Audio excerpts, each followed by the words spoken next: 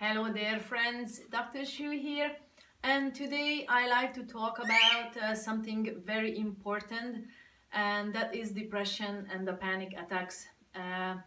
Very relevant issue today, or issues today, and so for you to recognize it in yourself and help yourself to get out of it and get back to normal life, I like to talk about these two things. So depression, the symptoms, sadness, and it's unrealistic sadness because maybe sometimes you have a traumatic event, a loss in your life, in your family, and you are sad. But if it's an elongated sadness, keeps your mood low and changes in your mood, so you are mostly low, you don't have any mood for anything. So that leads to certain substance abuses, alcohol and drugs, because you need a little pickup thing and a lot of caffeine. So panic attacks. Panic attacks are linked to a sudden rise of anxiety, a very intense fear which suddenly comes on you, and which can happen actually during a resting state, or can come as a result of an anxiety or a stressful situation. It's a sudden onset, so that means it can happen and it can reach a peak within a minute. It's a very troublesome group of symptoms, because your heart rate elevates, you have a palpitation, you have a sudden sweat or heat, and shortness of breath. Maybe some people say they even stop breathing.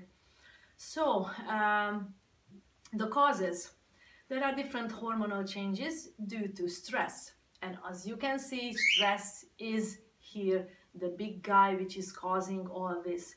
So when your cortisol level rises and your adrenaline level rises, that affects your amygdala and your prefrontal cortex in your brain, so their communication is interrupted.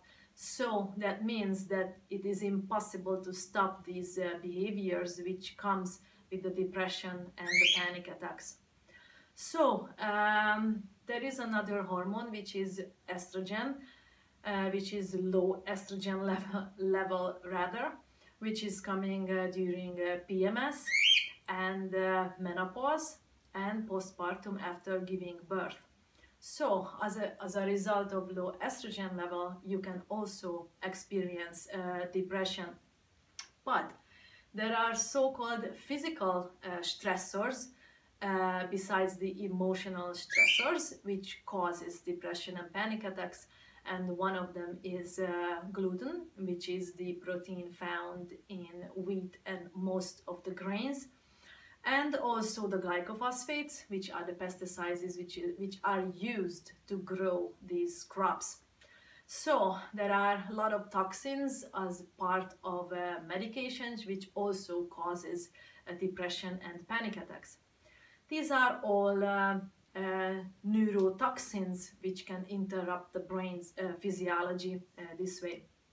So the neurotransmitters serotonin and dopamine are affected during this process, and interestingly, once you get your lifestyle in an order, from the hormonal levels to the neurotransmitters, all starts to get balanced out once you clean out your diet and you go gluten-free, and you largely use organic food, and also to start exercise, because one of the physical stressors is the lack of exercise. So if you start exercising even 5 minutes, because I know once you are in a very low state, getting out, taking this one step is huge to start to elevate those hormones which are starting to change your serotonin levels, so you feel better.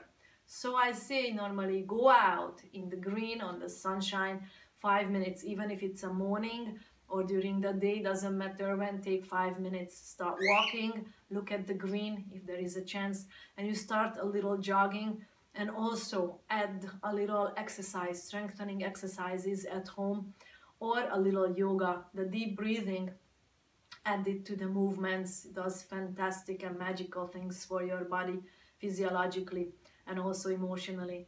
So it will help you to start tackle your emotions and fears, which are partly the culprits here.